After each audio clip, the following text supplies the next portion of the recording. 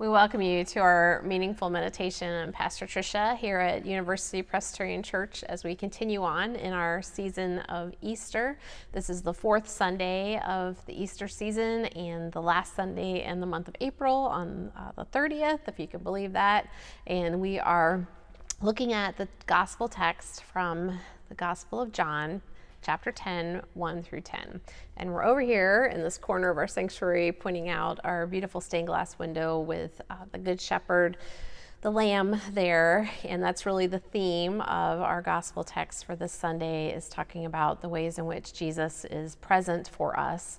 And the last verse is one of my all-time favorite verses. I have come that you would have life, and life that is abundant. And how we define abundant is kind of a tricky thing, because in our culture, when you think about abundance, you tend to think about material things like having a lot of clothes or a really nice car, an abundance of food, all things that are helpful for us. But Caroline Lewis, who is a scholar and professor at Luther Seminary in the Twin Cities in Minnesota, talks about how really this is a text about defining abundance the way that Jesus does.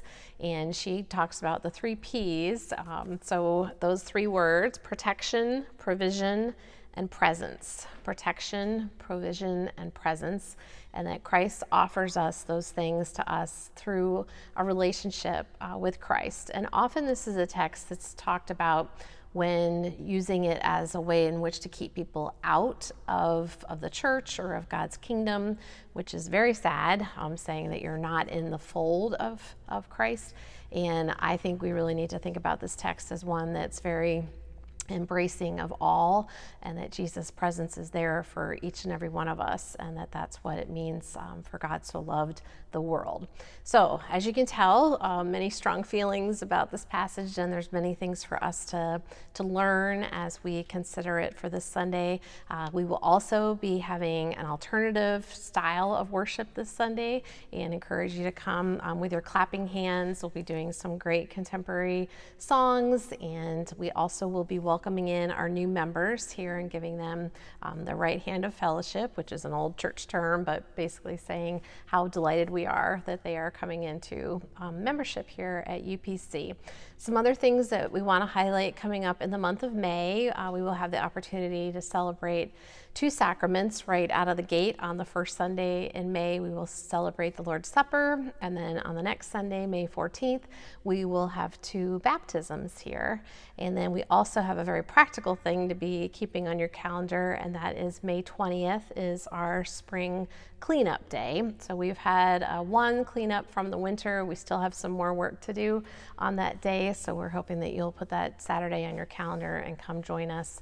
Between like 9 to 2-ish would be a great way for you to come. And then backing up a little bit, earlier that week on Thursday the 18th, we have our end of the year Go Sing children's concert, which is our community chorus, and we're excited to hear all the work that they have done this semester. So that will start at 7 o'clock on May 18th. So those are some highlights for your calendar for the month of May that will soon be here.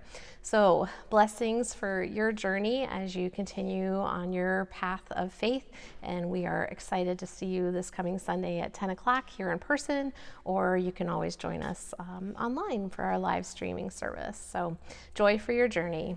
Amen.